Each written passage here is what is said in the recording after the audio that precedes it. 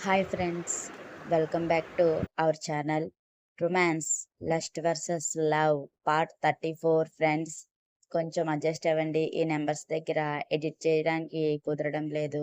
ఇక స్టోరీలోకి వెళ్ళిపోదాం. ఛా! అసలేమనుకుంటుంది ఇది? ఏంటి, దానిని ముద్దు పెట్టుకున్నంత మాత్రాన లవ్ చేసేస్తాను అనుకుంటుందా? అయినా లవ్ అదంతా పెద్ద వేస్ట్. అయినా ఆ పదమే నాకు తెలిసినంతగా ఎవరికీ తెలియదు. ఈ లోకంలో నిజమైన ప్రేమ అంటూ ఉన్నదా? లేదు. ప్రతి ఒక్కరూ కూడా డబ్బు ఇంకా వాడి బాడీ చూసి ఇంప్రెస్ అయ్యి వాడి పక్కలోకి రావాలని ఎదురు చూసేవాళ్ళు. లవ్ అన్న పదాన్ని అడ్డుపెట్టుకుని వాళ్ళ కోరికలు, సరదాలు, వాళ్ళ మోజు మొత్తం తీర్చుకుని బ్రేకప్ చేసుకుని వెళ్ళిపోతున్న ఈ లోకంలో నిజమైన ప్రేమకు అర్థమే లేదు. అసలు ప్రేమే లేదు అని టేబుల్ మీద వస్తువులన్నీ కూడా కోపంగా విసిరికొడతాడు. అవి నేరుగా వెళ్ళి అప్పుడే క్యాబిన్ డోర్ తెరిచిన రావుగారు కాళ్ళ దగ్గర పడతాయి. ఆ టైంలో రావుగారిని అక్కడ చూసిన విరాట్ కనుబొమ్మలు ముడిపడి, రావుగారు, ఏంటి ఇలా వచ్చారు అని అనుమానంగా అడుగుతాడు. సారీ సార్, నేను 4 డేస్ ఆఫీస్‌కి రావడం లేదు కదా! నాకు హెల్త్ అస్సలు బాగుండడం లేదు. అందుకనే ఇంకొక 1 వీక్ ఎక్స్‌టెండ్ చేసుకోవడానికి వచ్చాను సార్ అని ఆ వస్తువులన్నీ జాగ్రత్తగా దాటుకుంటూ వస్తాడు ఆయన. ఏంటి రావుగారు, 4 డేస్ అంటే ఏదో ఒకలాగా నేను మేనేజ్ చేసుకున్నాను. ఇంకొక 1 వీక్ అంటే నాకు ఎంత కష్టమవుతుందో అర్థం చేసుకోరా? అంటూ అసహనంగా చిందరవందరగా చేసిన గదిని 4 మూలాలు చూసి రివాల్వింగ్ చైర్‌లో కూర్చుంటాడు. అది కాదు సార్, నేను 4 డేస్‌లో ఎందుకింత వీక్‌గా ఉన్నానో అని టెస్ట్ చేసుకుంటే హార్ట్ దగ్గర చిన్నగా కొలెస్ట్రాల్ ఫార్మ్ అవుతుంది అని చెప్పారు సార్. అందుకనే దానికి రెస్ట్ తీసుకోమని కొన్ని టాబ్లెట్స్ ఇచ్చి 1 వీక్‌లో స్కాన్ కూడా ప్రిపేర్ చేస్తామన్నారు సార్. మీకు 4 డేస్ బట్టి కూడా ఫోన్‌లోనే ఇన్ఫార్మ్ చేస్తున్నాను. అందుకనే ఒకసారి కలిసి వెళ్దామని వచ్చాను అంటారు ఆయన. ఛ! అంటూ అసహనంగా అనుకుని, సరే రావు గారు, వెళ్ళండి. నేను ఏదో ఒకలాగా మేనేజ్ చేసుకుంటానులే అని కోపంగా ఆయనను పంపించేస్తాడు అతడు. థాంక్యూ సార్, నేను వెళ్తాను అని 2 అడుగులు వేసి మళ్ళీ వెనక్కి తిరిగి సార్ అని పిలవగానే ఏంటి అన్నట్టుగా కనుబొమ్మలు ముడిచి చూస్తాడు ఆయన వంక. మీకు ఇలా చెబుతున్నానని ఇంకా మీకు చెప్పేటటువంటి వాడిని కూడా కాదు సార్. కానీ మీరు అంత పెద్ద హోదాలో ఉన్నా కూడా నా వయసుకి ఎప్పుడూ గౌరవం ఇస్తూనే ఉన్నారు. అలాంటి మీరు ఇలా బిహేవ్ చేయడం నచ్చక చెబుతున్నాను సార్. మీరు చూసిన ప్రపంచం వేరు సార్. భూమి వేరు. మీరు చూసిన అమ్మాయిలు, భూమి చాలా డిఫరెంట్. మీరు అనుకోవచ్చు తనని చూసి ఎన్నో రోజులయిందని. అన్నం ఉడికిందో లేదో మొత్తం పట్టుకుని చూడక్కర్లేదు సార్. ఒక మెతుకు పట్టుకున్నా చాలు. ఒక్క మెతుకు పట్టుకున్నా చాలు. నాకు భూమి బిహేవియర్ ఏంటో, తన కట్టుబొట్టు విధానం మొత్తం కూడా జాయిన్ అయిన ఫస్ట్ డేనే అర్థమైంది సార్. నా మాటలు వెనక అర్థం కనుక మీకు అర్థమైతే భూమిని ఇబ్బంది పెట్టొద్దు సార్. ఇలా చెబుతున్నానని కూడా ఏం అనుకోవద్దు సార్. వస్తాను అని చెప్పేసి ఆ క్యాబిన్ నుండి వెళ్ళిపోతారు ఆయన. ముందే అగ్నిలా రాజుకుంటున్న విరాట్‌కి రావుగారి మాటలు అగ్గిలో ఆజ్యం పోసినట్టుగా అయ్యి తన కోపం ఇంకొంచెం పెరిగిపోతుంది. తనకి రావుగారు చెప్పిన మాటలు సా సొంతంగా శాంతంగా ఆలోచిస్తే చాలా పొలైట్‌గా ఉంటాయి గానీ, ముందే భూమి వల్ల పిచ్చి తిక్కలో ఉన్న విరాట్‌కి ఇంకా విరాట్‌ని అవమానపరిచేలా అనిపించి, ఆ మాటలు భూమి మీద కోపాన్ని కాస్త భయంకరమైన ద్వేషాన్ని, పంతాన్ని పుట్టిస్తాయి. ఆ కోపం మరి భూమి జీవితాన్ని పూలబాటలో నడిపిస్తుందో, లేకపోతే తనకున్న సమస్యలు చాలవు అన్నట్టుగా విరాట్ కూడా తన నెత్తిన గుదిబండలాగా మారి తన జీవితాన్ని ముంచే విధంగా చేస్తుందో, లేకపోతే భూమి లైఫ్‌లోని కోలుకోలేని దెబ్బకు తగిలేలా చేస్తుందో మరి కాలమే సమాధానం చెప్పాలి. ఎదుర్కొని నిలబడడానికి భూమికి ధైర్యం ఇస్తుందో లేదో చూడాలి. స్వామి శివానంద గారు చెప్పిన మాటలన్నీ విన్న తర్వాత తన సమస్య తీరుతుంది అనుకుంటే, తనకి ఇంకొన్ని నిజాలు తెలిసి తన మనసులో ఇంకొంచెం గందరగోళం రేగేలా చేస్తాయి సునీత గారికి. ఈ సమస్యను ఎలా దాటుకోవాలి? తన కొడుకుని తన నుండి విడిపోకుండా ఉండాలన్నా, అసలు వాడి ప్రాణానికి ప్రమాదం లేకుండా ఉండాలన్నా, మన ముందు ఉన్న ఒకే ఒక్క దారి వాడి పెళ్లి. వాడి పెళ్లి గురువుగారు చెప్పిన గుర్తులు ఉన్న అమ్మాయితో చేస్తే, వాడి జీవితంలో పెద్ద గండాన్ని దాటినట్టే. అప్పుడు నా కొడుకు నిజాన్ని తెలుసుకున్నా నాకు పెద్ద భయం అక్కర్లేదు. ఎందుకంటే నా కొడుకు గురించి నాకు తెలుసు. అలానే వాడికి నా మీద ఉన్న ప్రేమ గురించి కూడా తెలుసు. అందుకనే నే అందుకనే నేను ముందు వాడి పెళ్లి చేయాలి అని బలంగా అనుకుంటూ వచ్చిన క్యాబ్‌లోనే ఆనందబ్రహ్మ శిష్యునితో ముందుగా పార్వతీ శివపురాన్ని, ఆ తర్వాత కృష్ణా జిల్లాని, ఆంధ్రప్రదేశ్ రాష్ట్రాన్ని వదిలేసి బెంగుళూరు ఫ్లైట్‌లో తిరిగి వచ్చేస్తారు.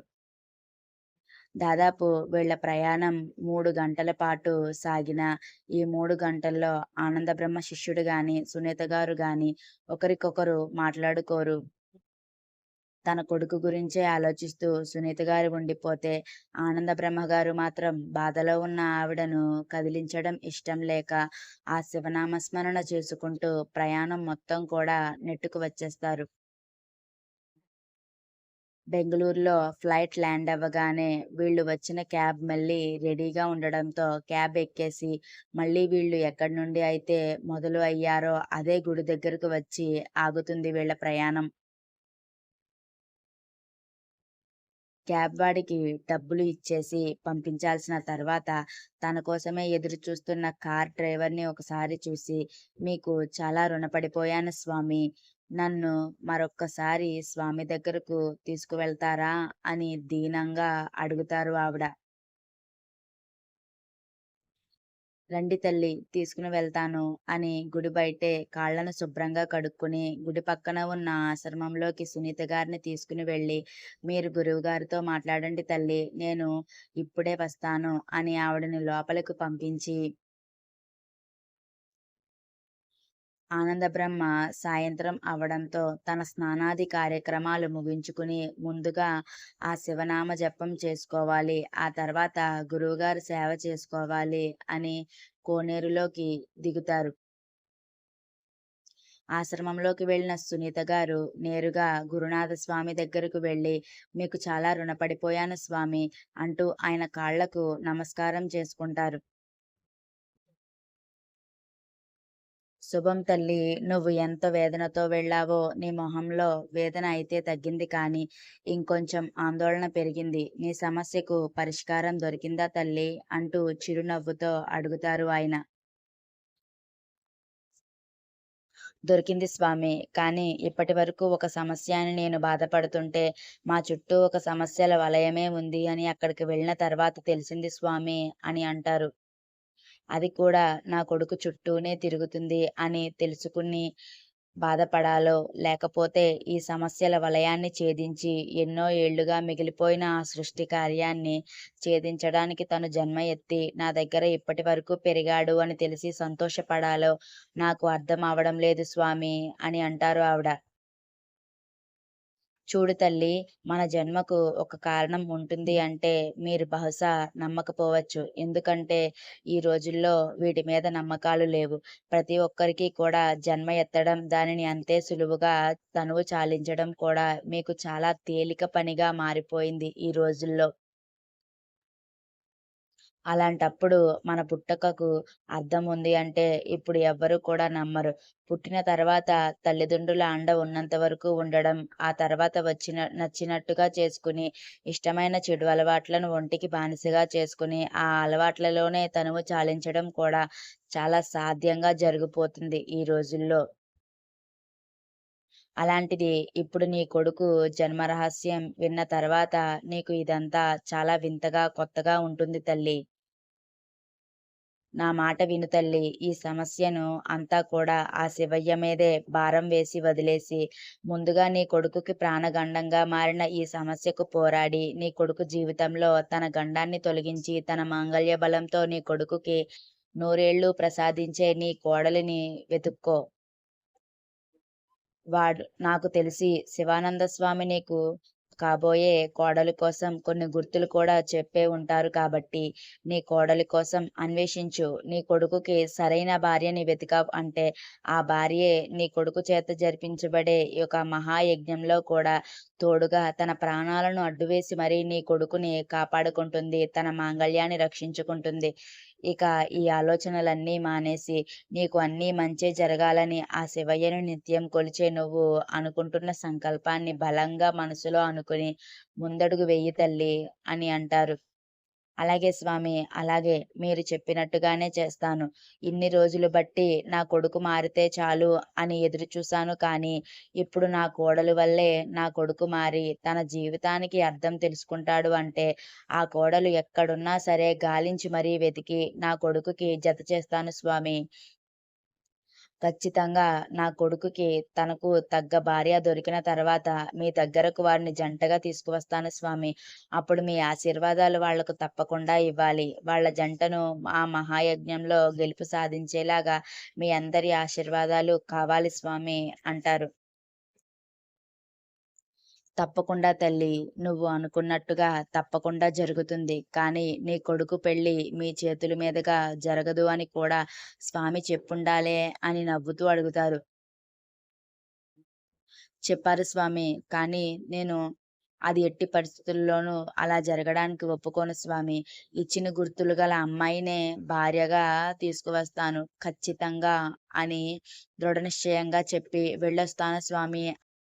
ఆయన పాదాలకు మరొక్కసారి నమస్కారం చేసుకుని వెనుదిరుగుతారు సునీత గారు. వెళుతున్న సునీత గారిని చూస్తున్న గురునాథస్వామి వారి మొహంలో విచిత్రమైన నవ్వు మరి. ఆ నవ్వుకి అర్థం ఏమిటో కాలమే సమాధానం చెప్పాలి. సునీత గారు ఆశ్రమం బయటకు వచ్చేటప్పటికి అప్పుడే తన స్నానాది కార్యక్రమాలకు ముగించుకుని శివనామస్మరణ కూడా పూర్తి చేసుకుని స్వామివారి సేవ కోసం వస్తున్న ఆనందబ్రహ్మ శిష్యులు ఎదురు వస్తారు ఆవిడకు. ఆయనను చూడగానే ఆయన దగ్గరకు వెళ్ళి, మీకు చాలా రుణపడిపోయాను స్వామి. ఒక తోబుట్టువులా మారి నాకు మీ చేతనైన సహాయం చేసి నా కొడుకు జీవితానికి ఒక దారి చూపెట్టారు. మీకు ఈ జన్మలో మీ రుణం తీర్చుకోలేను స్వామి అని ఆయనకు రెండు చేతులు జోడిస్తారు. అలా అనకు తల్లి. ఏ కార్యం జరగాలన్నా ఆ శివయ్య లేనిదే జరగదు అని అంటారు కదా! నువ్వు నీ కొడుకు గురించి తెలుసుకోవడానికి నన్ను ఆ దేవుడే పంపాడేమో! అందుకనే నేను కూడా మీ ద్వారా ఎప్పుడో కలవాలి అనుకుంటున్న శివానంద స్వామి వారులను మీ వల్ల కలిసే అవకాశం వచ్చింది. అందుకు నేనే మీకు కృతజ్ఞతుడిగా ఉండిపోతాను తల్లి అంటారు ఆయన. అయ్యయ్యో! అంత మాట వద్దు స్వామి. మీ వల్ల అక్కడ వరకు వెళ్లి రాగలిగాను. ఇంకా నా కొడుకు భవిష్యత్తు కోసం ఒక దారి కనుక్కోగలిగాను. నాకు అంతే చాలు. ఇక నేను బయలుదేరుతాను స్వామి అంటారు ఆవిడ. మంచిది తల్లి. మీకు అంతా మంచే జరగాలి. ఆ శివయ్య చల్లని చూపు మీ మీద తప్పకుండా ఉంటుంది తల్లి అని ఆయన చిరునవ్వుతో చెప్పగానే మరొక్కసారి ఆయనకు చేతులు జోడించి తన కోసమే ఉదయం నుంచి ఎదురు చూస్తున్న కారెక్కేస్తారు. వెళ్తున్న ఆవిడ్ని చూస్తూ, నీ కొడుకు కోసం నీ తాపత్రయం బాగుంది తల్లీ. కానీ ఆ కొడుకు నీ కన్నతల్లి ప్రేమను గౌరవిస్తాడా? నీ మాట విని, నీ తాపత్రయం అర్థం చేసుకుని, నీకు తగ్గట్టుగా మారి, తన జీవితాన్ని పువ్వుల బాటగా లేకపోతే తను నమ్మిందే నిజం అనుకుంటూ ఇప్పటివరకు జరిగిన జీవితంలో తన అనుభవాలన్నీ రంగరించి, ఇప్పటికీ తను నమ్మేదే నిజమని భావించి, మీకు శోకాన్ని మిగిలిస్తాడో ఆ శివయ్యకే ఎరుక అనుకుంటూ ఆశ్రమం దగ్గరకు వెళ్తారు ఆయన. అప్పటి వరకు ఈ మాటలన్నీ విన్న 4 కళ్ళు ఒకరి ముఖం ఒకరు చూసుకుని వికృతంగా నవ్వుతాయి. ఆ నవ్వు ఎవరి జీవితాల్లో విషం నింపుతుందో మరి ఇంతకీ ఆ 4 కళ్ళు ఎవరివి? ఎవరు వీళ్ళకి తెలిసిన వాళ్ళా? లేకపోతే అజ్ఞాత శత్రువులా? ఏడుస్తూ విరాట్ క్యాబిన్ నుండి వచ్చేసిన భూమి ఆ పూట వర్క్ చేయాలని లేకపోయినా ఇదొక వంకతో తనని ఇంకొంచెం బాధిస్తాడు అని విరాట్ మనసులో అసలు ఏముందో అని ఆలోచిస్తూనే వర్క్ని కంప్లీట్ చేస్తుంది. ఇక లంచ్ బ్రేక్‌లో లంచ్‌కి కూడా రాను అని చెప్పేసి విరాట్ తనకు మెయిల్ చేసిన ప్రాజెక్ట్ గురించి బ్లూ ప్రింట్ రెడీ చేస్తూ ఉండిపోతుంది గానీ, భూమి తనని విరాట్ ఎంత బాధ పెడుతున్నాడో కనీసం హాసినికి కూడా చెప్పదు. చెప్పి వాళ్ళను బాధ పెట్టాలని అనుకోదు. ఇటు ముగ్గురు తమతో కొత్తగా జాయిన్ అయిన హిమ కూడా భూమిని తన కొంచెం కొంచెం అర్థం చేసుకోవడంతో తను వర్క్లో పడిపోతే తిండి కూడా తినదు. అలానే తన సమస్యలు తనకున్నాయి, వాటి వల్ల డిస్టర్బ్ అవుతుంది అనుకుని వాళ్లకు వాళ్లే సర్ది చెప్పుకుని తిన్నామంటే తిన్నాను అనిపించి తమ వర్క్లో లీనమైపోతారు. ఇటు విరాట్ కూడా రావుగారు వెళ్ళిపోయిన తర్వాత ఆయన మాటలకు ఇంకొంచెం డిస్టర్బ్ అయ్యి డంపింగ్ యార్డ్ లా మార్చేసిన రూమ్‌ని ఇంతకు ముందులా మార్చేయాలి అని వెంకట్‌కి ఆర్డర్ పాస్ చేసి, అప్పటి వరకు పర్సనల్ రూమ్‌లోకి వెళ్ళి సిగరెట్ మీద సిగరెట్ ఖాళీ చేసేస్తూ రూమ్ మొత్తం శుభ్రం అయ్యేటప్పటికి 4 పెట్టెలు ఉఫ్ అనేస్తాడు. ఈ 4 పెట్టెలు పొగగొట్టాలని ఊదే గ్యాప్‌లో ఏం ఆలోచించాడో మరి విరాట్ బాబుకే తెలియాలి మరి. ఆ ఆలోచనలు భూమిని ఇంకొంచెం ప్రమాదంలోకి తోశాయంటారా? లేకపోతే రావుగారు మాటలు విరాట్ మీద పనిచేసి భూమి జోలికి రాకూడదు అని ఆలోచించాడు అంటారా? మరి రాను 4 పొగగొట్టాలని భూమి గురించి ఆలోచనలు పూర్తయిన తర్వాత క్యాబిన్ దగ్గరకు వచ్చేటప్పటికి నడుము వంచి పనిచేశాడు అన్నట్టుగా శుభ్రంగా మెలమెలా మెరిసిపోతూ అప్పుడే ఫ్రెష్‌గా చెట్టు నుండి వేరు చేసిన మల్లెలు ఎంత బాగా గుబాళిస్తాయో అంత బాగా జాస్మిన్ ఫ్లేవర్ రూమ్ స్మెల్‌తో క్యాబిన్ రెడీ అయిపోయి ఉంటుంది. వెంకట్‌ని మెచ్చుకున్నట్టుగా చూసి వెళ్ళిపోమని అక్కడి నుండి పంపించేసి భూమికి పంపిన సేమ్ వర్క్‌ని తను కూడా చేస్తూ సీరియస్‌గా వర్క్‌లో మునిగిపోతాడు. ఎంతలా అంటే భూమి ఇంకా రావుగారి ఆలోచనలు తన దరిదాపుల్లోకి కూడా రానంతగా. మరి విరాట్ భూమి గురించి ఎటువంటి నిర్ణయం తీసుకున్నాడు? ఆ నిర్ణయంతో భూమి ఇంకొన్ని కష్టాలు పడనుందా? లేకపోతే విరాట్ నుండి బాధని తప్పించుకోనుందా? మరి విరాట్ ఆలోచనలు ఏంటో తర్వాత చూద్దాం. Thank you friends.